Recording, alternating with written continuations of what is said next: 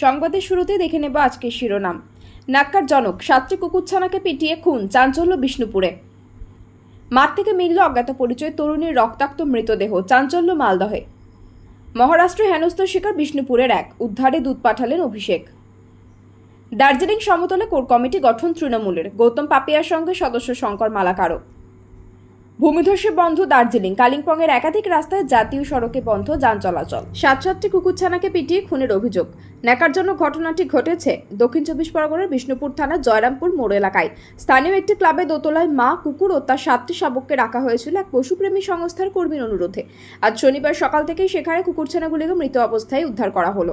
ঘটনায় চাঞ্চল্য ছড়িয়েছে এলাকায়। বিষ্ণুপুর থানায় লিখিত অভিযোগ দায়ের হয়েছে। পুলিশ ঘটনা তদন্ত শুরু করছে।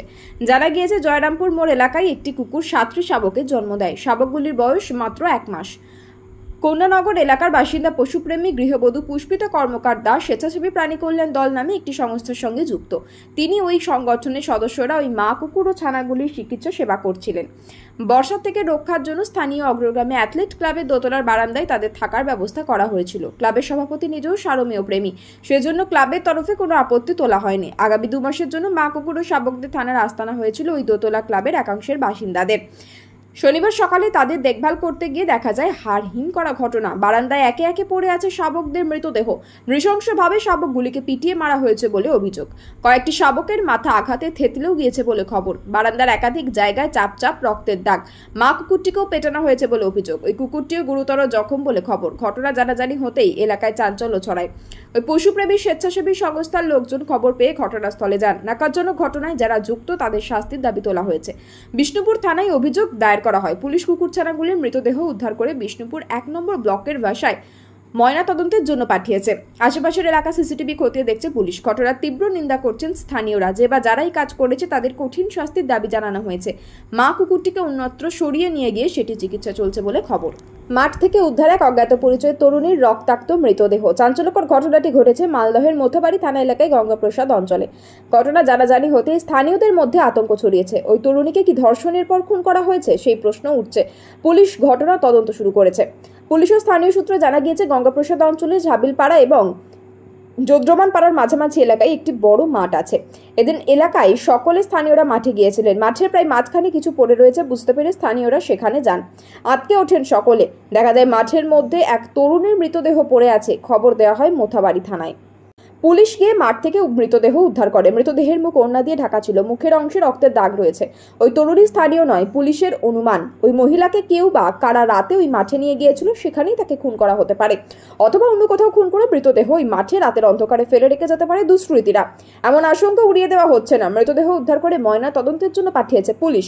ওই তরুণীর পরিচয় জানার জন্য আশেপাশের এলাকায় খোঁজ খবর শুরু করেছে পুলিশ। অন্যান্য থানাতেও তরুণীর ছবি পাঠিয়ে পরিচয় জানার চেষ্টা চলছে। আশপাশ এলাকায় কোনো তরুণী নিখোঁজ কিনা তাও দেখা হচ্ছে। ভিন রাজ্যে বাঙালি হেনস্থার অভিযোগে তোলপাড় রাজ্য রাজনীতি। তার প্রতিবাদ ইতিমধ্যেই পথে নেমেছেন মমতা বন্দ্যোপাধ্যায়।